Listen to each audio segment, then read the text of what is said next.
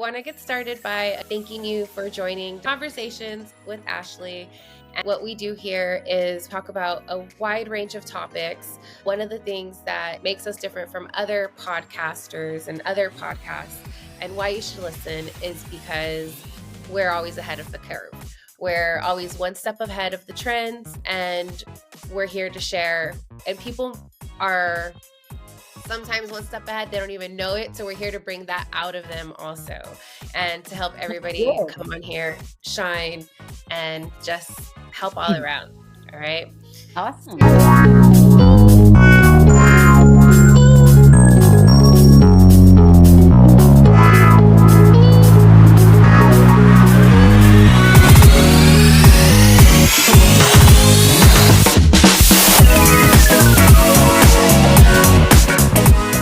Today we have a special guest.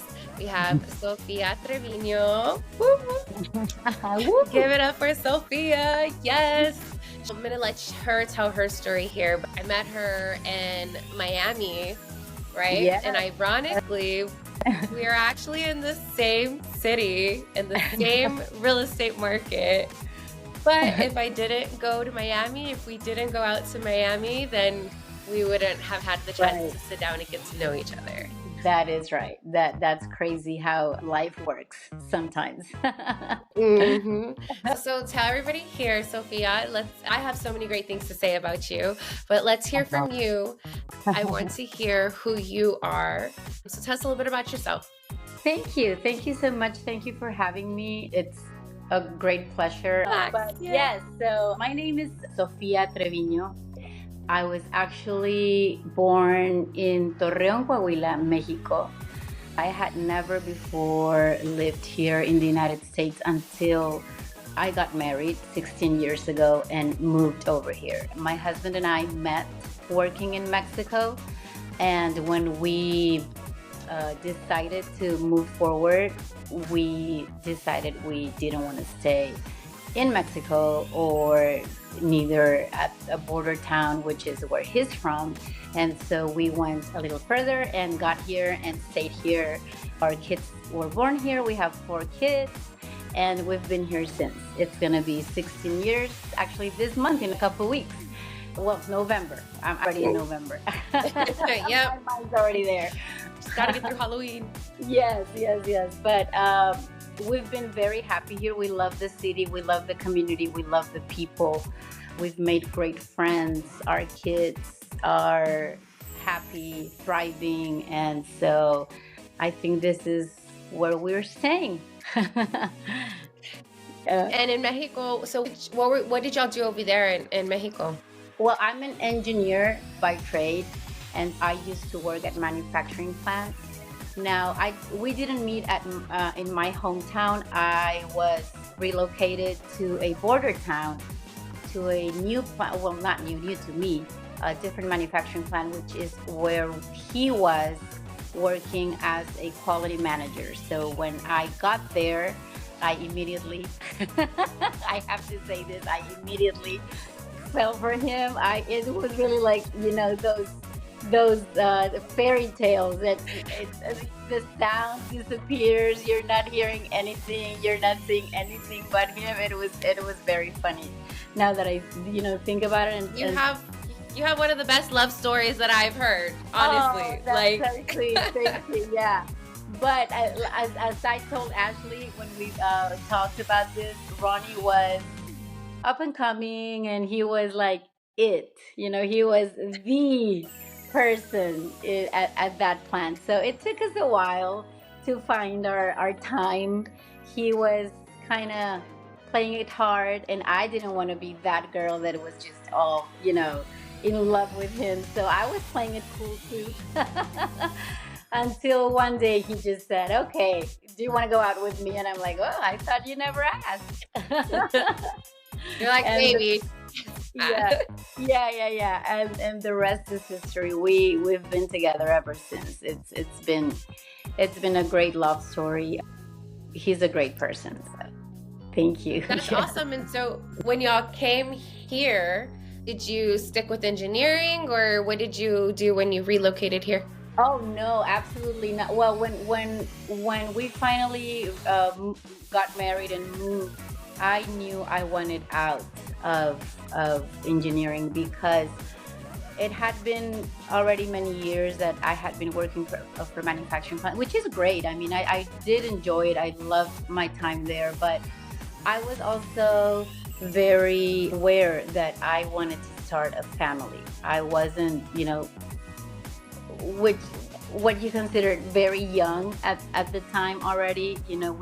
We waited a little bit to get married, and so after that, I knew I wanted to start a family. And being a part of a manufacturing plant is always very demanding. The hours are very demanding, and I didn't want that for me. So I just switched careers.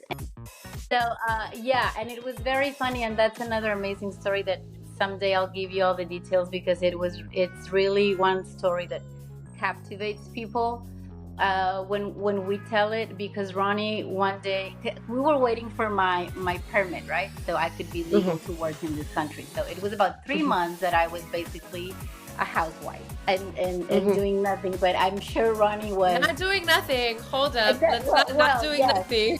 Well, there were no kids, and he was gone all day, so it was a relaxing time for me. But I'm sure he was eager for me to go to work and help out with stuff. So when my permit arrived that same day, he said to me, "So, what are you gonna want to do?" Because he knew I wasn't gonna be going back to what I had been doing. And I said, "You know what? I feel like I just want to use my resources, because I believe that I'm a great customer service person." Great connector. Yeah, I've always thought that way of me. And I said, I want to use what I know I'm good at, which is people. I want to work with somebody that just needs help and assistance with their everyday stuff, with their everyday life, and with whatever it is, whatever projects they have. I just want to be like a personal assistant. I don't know if but I didn't want to go like to an office and be a personal assistant. I wanted to work for either a couple or a family or a few families. It didn't matter, but I just wanted to be more not stuck in an office doing office work for a general manager or whatever. And Ronnie was like, "Well, I don't think that's going to be easy to do here in San Antonio. I don't see this city as one that holds so many millionaires that people just, have personal assistants." And I'm like, "Well, I don't know. That's what you're asking me, and that's what I want to do." So I get up and go to get a glass of water as, we're discussing this. At that time, we still had, the big computers and monster.com to look for jobs and things like that. Yep. So I come back in the room, and Ronnie's just staring at the monitor, like staring. And I'm like, "What's wrong?" And he says, come look at this. Come look at this post, the job posting. And I start reading, and everything that I had just told Ronnie that I wanted was there on that job posting. And I even said, "You are kidding me, right? You're writing this. You waited for me to leave to write." And he's like, "How am I gonna write now? Look." And it was like, I'll never forget it. It was just like a prominent couple seeking for a personal assistant that can do A, B, C, D, all this and that. The thing that really, really got our attention was like at the end of the requirements, in big bold letters, it said the person must speak Spanish. And I was like, "What? What? That's what I do. That's what I speak." And so, of course, I was applying at that very second, and then it was just a series of interviews. But it was a long process in the sense that I went through like 8 interviews, but it was a quick process because it was like one after the other. They didn't wait, they were calling me back. So after, everything that happens in interviews, the testings and finally I get to meet them. Lovely, beautiful couple. I fell in love with them from the get-go. I think we had a great connection. So after the 8th interview, it was only this other girl and myself. And so the next step was to bring us out to the property for one last big interview. And I got it. I got the job. I started working for them maybe 2.5 weeks after I got my permit to be working here in the United States. And I stayed there for almost 10 years with them, working for them. And it's been one of my greatest life experiences, because not only it happened that they are amazing people, but the projects that I got to do with them and the things that I got to see with them, they are very important art collectors, actually one of the most important in the country. And so I got to learn a lot. I have no art background, but they didn't need one, because really what they needed was my engineering background as far as logistics and processes and procedures, because they didn't want to worry about what are they buying, when is it coming, how is it coming, is it insured, where are we taking it from here, who are we loaning it to, where are we storing it, is this going to the ranch, is this going to New York, they don't have time for that. So it just was amazing, and I ended up doing maybe 80% of my time was the art collection, but I also did a lot for them personally. Their travels, their parties. It was just an amazing experience for me. Wow, that sounds like you got to do what you were great at. You got specifically what you asked for. Yes, yes. Thank God. How amazing is that? Like, yes. That just shows me how much of an aligned woman you are, that you get what you want. You know? Totally. Yes. I love that. That's the vibe. That's the vibe. Yeah. Yeah, that's just how you live. Well, that's awesome. Okay, so you did that for 10 years. Then y'all got into, tell me a little bit about where you are now currently. Okay. So as you're starting your real estate career, right? So tell us a little bit how you got into real estate. Well, I've been basically doing real estate on the sidelines for 16 years. Explain. Yeah. No, it's been awesome. As I went and worked for this family, Ronnie also was aware that manufacturing was not for him anymore. We were done with that. So he started his career, and of course, I was there with him all along. I've been by his side all along, maybe not doing it with him, but just knowing about it and it's talking about it. It's such an emotional business. You were the backbone of the business. Yeah, a lot of times, yes, I was. And Ronnie always, not while I was working with this family, because he really saw how happy I was, and he was happy with my job also. So they were very supportive as we started our family. The kids started to come, and they supported that. So I was just at the right place at that time. But when it was my time for me to leave them, and that only happened because my kids, I had 3 kids at the time. My baby at the time was already going to start school.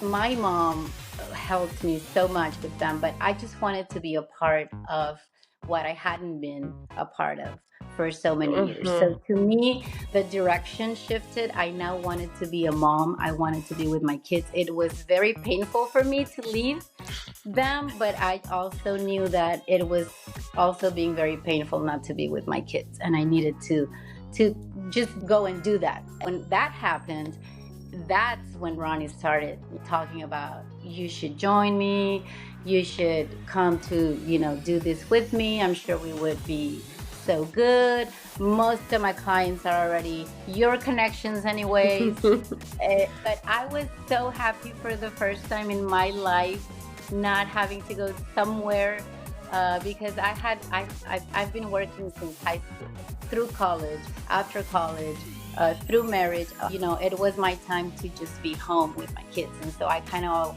always said, no, Not right now, but it just never stops. That little voice of his, in my mind.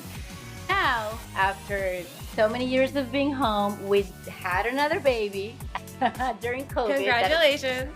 Thank you. Our little COVID surprise, which is now 2 years old, and brought so much life to this family. But I don't know if it was because I had him that I was already again ready to be productive in a different way. I was ecstatic to have him. I love him. Everybody loves him. But I was just like, okay, I've been a mom too long now. There's something about the babies that get you going, right? Like, get you running again. Yeah, exactly. So we found a great place for him to be during the day. And I told Ronnie, you know what? I'm ready. Let's do it. I'm going to jump in and I'm going to really put my mind into this. And we're going to do everything you've always wanted. So here I am. Well, congratulations on just, again, making your mind up, making it happen, get your real estate license, building those relationships and just wanting to continue building those relationships with everybody around you. Like he said, all of his clients were your clients pretty much already. Yeah. So it sounds like your entire life have just been building meaningful connections with people first and not, so you're starting it backwards kind of, right? You already have all the relationships built. And now you're just jumping into real estate. Yeah. The thing is that they do now love Ronnie. So I don't know. Come back to me. Want to talk to me. Yeah, no. That I was actually thinking about that the other night. I was like, maybe, I don't know. It's going to be hard for me because now all these people are not going to want to pick up the phone when I call. Right? They'd be like, oh, she's just trying to sell me now. This lady. Yes, exactly. That's funny. But you're starting again. So like what is, and so that way too, we can share for others. I know you're going to get it going again. It gives you a chance to build new, fresh relationships too, right? So what's some advice you can give to others who are just entering in the real estate world, who may not have a background and who are doing this the opposite way, jumping into real estate with knowing absolutely nobody? Right. Definitely. And it's funny because it's kind of like the second time I'm doing this in my life, because I came from a different country. I came here. Yes, of course, I knew people that were here, that maybe my friend from home had a cousin that I knew was here, but I really didn't have any relationships moving here. So to me, this feels like a second time that this is happening to me, going somewhere where you need to start fresh and where maybe people know you, but you don't really have strong relationships. The way for me to do that, and I think I'm going to be applying it again because that's what I did.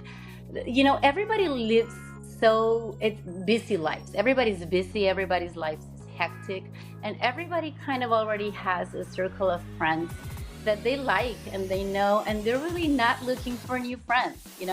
They're good with what they know and what they have. But that doesn't mean that they're not going to like you. That doesn't mean they're not going to want to know you. It's just that you, one way or another, have to put yourself out there for them to see you, because nobody's going to come looking for you. And I'm not saying build a business upon cold calling and showing at every event, because I wouldn't know how to do that. That's not the way I would do it. I don't know how to do that. But what I know what to do is, if I see a person or a group of people that I like, I'm going to try and identify something that we have in common.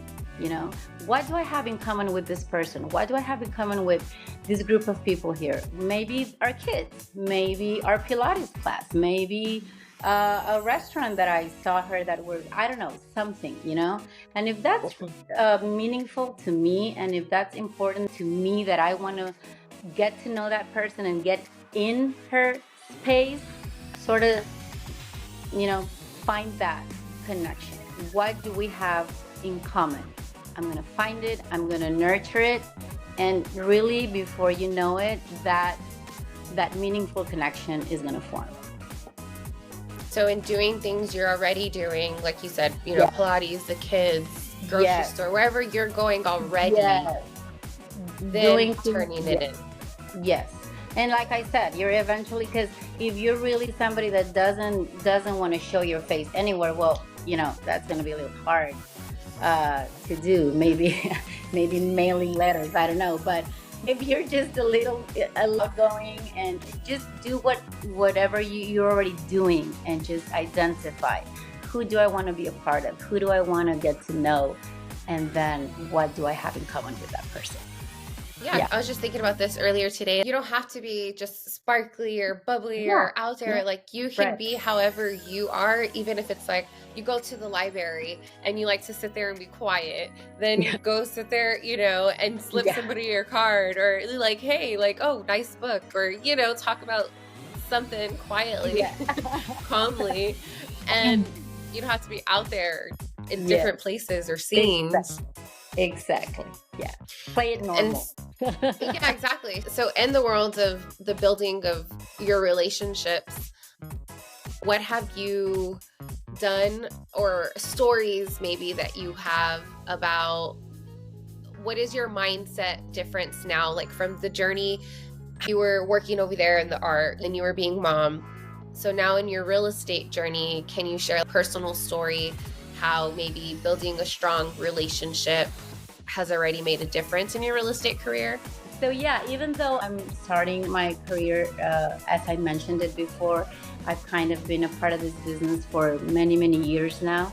When Ronnie and I first moved to San Antonio, and he started in real estate, we saw the importance of the Hispanic population here in San Antonio. Not only that, but we realized that the influx of Mexican nationals was, alive and well and thriving. And that's where I came in. That's where I was able to help build his business, because I immediately connected with my longtime relationships from home, kind of like, touching base. Hey, this is what we're doing now. Just letting them know. And, sure enough, my friends connected me to their friends and families who, got interested about what San Antonio had to offer as far as, investments in the real estate world. So my connections through their connections was what ultimately allowed us to build the business that we have today. It's definitely been relationships that has gotten us here. You didn't have to move here and be like, oh, now I can only talk English. It's no, I'm going to talk, and I'm going to use who I am, and I'm going to use my Spanish lingo and attract, others who speak Spanish, because it's so, even in the market, like with owner finance, and going to kind of take it here a little bit, but it's difficult to see. I have a lot of Spanish clients as well. I just have seen people be taken advantage of who speak Spanish, and that's something huge. We need to help our Spanish speaking community understand, or what type of resources they have at their fingertips. Absolutely. Absolutely. Definitely. We need to be that bridge between what they want and what it is that they can do, without misleading them, which happens a lot, like you mentioned it. That happens a lot. And, them not being from here, not really knowing the laws and how to do it, because, of course, things in Mexico are done so differently. And sometimes easier, sometimes not easy, but it's just different. So you being that connection through something that's very important to them, because what's more important than adding an asset to your, it's for your family, right? That you're doing what you're doing. So to them, it's just very important to be dealing with the right person. And for you to be able to do that and doing it right, they're not going to forget about you. Definitely not. By treating them right and treating them as you would your family. Honestly, in any type of relationship, it should be treated, whether it's like your cousin, your sister, however you're going to treat each other, brother, it should be, because we are ultimately a large family here on earth. Yes. We all need to treat each other about family. Right. Absolutely. And I know you mentioned that you were passionate about being a mom and about your family. I see things you keep aligning here for you. Awesome. So I'm sure you're a woman of faith. I don't know. I'm just saying. Absolutely. Faith is my favorite word. It's actually one of my words this year. Faith to me is everything. It has played such an important role in my life at many, many different stages in my life. It's funny that they taught us that phrase that says, see to believe. It's definitely the other way around. You need to believe to see. Yeah. I believe that. It's a test from the inside, right? Like not a test, but faith has to come from the inside first to truly feel and to allow it to come for real. Like how you said earlier in your story, you were so passionate. You knew exactly what you wanted to do, even though it sounded crazy, to anybody else. You knew what you wanted. And you're just like, either I'm going to get that or I'm not. And that's it. And it's right here for you. How does family and faith influence your approach to real estate? Well, how do they resonate with potential clients? Well, because of the sphere of influence that we've built, I can say that most of the clients that we work with share our same values. It's people that either we personally know or come through somebody that we know, or one way or another. And we don't have to go to the same church, or I'm not talking about that. I'm just saying, the core values. I can say that we share that with most of our clients and the people that surround us. When you have that connection, and when one of those most important values is family, and what do you want for your family? You want stability. And what says stability more than putting a roof over your family's head, or helping them build a portfolio that will ultimately give your kids and grandkids a head start in life? You're dealing with what's most important to them, because it's also most important to you. And so when you connect at that level and know that you're gonna really work at something as hard as you would work for that for yourself, then that is, to me, gonna make that relationship very successful. Mm-hmm. And it's everything, and like you said, and it's just kind of finding that common ground. And I just keep going back to the word alignment, because like you said, you built your sphere of other people who have those same beliefs and who align with those core values. And that's good, because then you can speak freely about your faith. Some people are scared to speak. Oh, I cannot mix my faith with my business. I cannot show any of this. And I feel it's the opposite now. Like, no, you should definitely share your faith. We're meant to speak to each other and to build with each other and to resonate with each other. Yeah. So, that's giving value. Nope. Yeah, I totally agree. We've been too scared for too long, and this is what has happened. Mm-hmm. Yeah, exactly. And I'm not saying don't speak of anything else, but it's not a sin. It's nothing bad. It's because you're dealing, or you are connecting with people that share that with you, or other things that, even if they don't share that vision exactly the same as you, they respect you enough that they will be able to build a conversation from that. Because ultimately it's just building that relationship. It doesn't have to be on the same belief. Some people may believe, a God, a stars or moons or whatever else you believe. Like, okay, you can believe how you believe, but if our values, meet and align, and your foundation is solid, then that's good to move forward. Let's get into this other thing really quick, but I want to know what sets you apart and how are you different? What are some unique qualities that you feel you have that benefit clients that you choose to work with? Well, definitely being from a different country and being bilingual is a plus. I'm culturally diverse, and that allows me to be able to connect with people from different backgrounds. I think people feel comfortable with that. I feel comfortable with that. Also, going to school to become an engineering taught me a lot and gave me a lot of perspective and formation on processes and procedures, which are definitely needed and very important throughout any real estate transaction. But also being a part of many different industries throughout my professional life just gave me a lot of flexibility. It also taught me that nothing is black or white.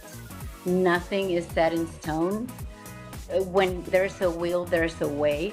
So I think that combo, having the formation of the logical and the procedures and the processes, but also having the ability to transform into not always have to do A, B, C, D, E, F, G.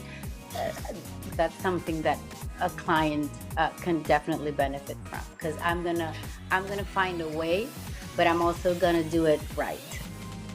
And I'm laughing because when you said to not do ABC, I'm like, yeah, that's my left side of my brain. To not do, like, we'll get through A, B, C, D, but we're gonna go to A to C to B to D to. and I love it. I love, who doesn't love having a list and checking boxes, Yeah, exactly. So as long as you got the list part done, which I got the list part done. No, that's awesome. Yes, you having that engineer background definitely is needed in this real estate industry in general.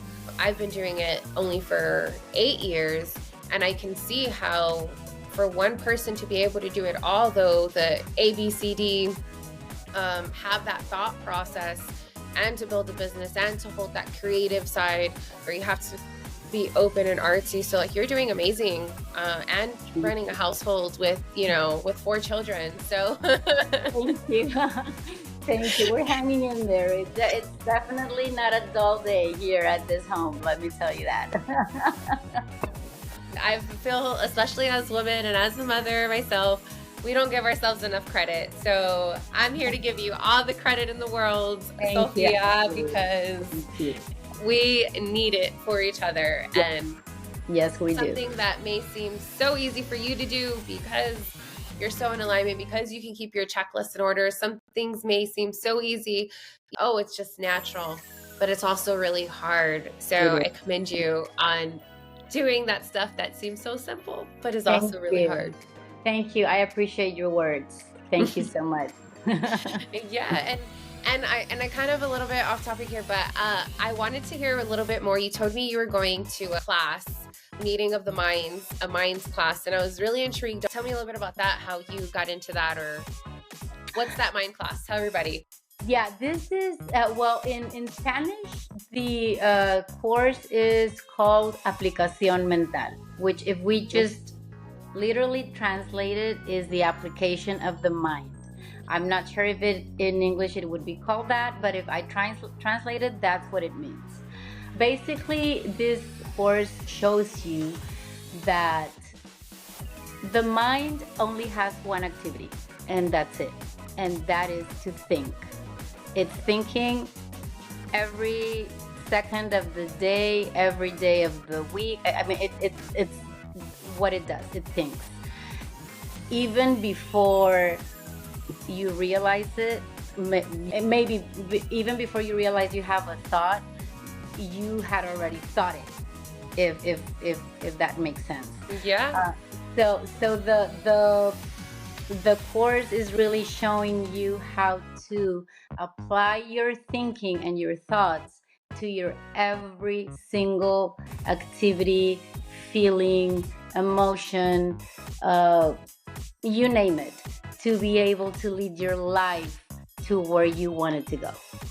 It's not a simple class. It lasts almost 3 years that you have to commit to it. There's people that take it to be able to get a certificate to be able to teach it. I'm not doing that. I'm just taking it for the learning part, but this is something that is approved by many institutions such as the UN. Yes, they accredit this, they recognize this as something of value for many industries and employees that, the industries that need their employees to get continued education. This is a course that they will accredit as part of that continued education. I mean, it's popular, it's nothing new, but it's taken more force lately. I think because the world is really going crazy and we just need to find our way back. But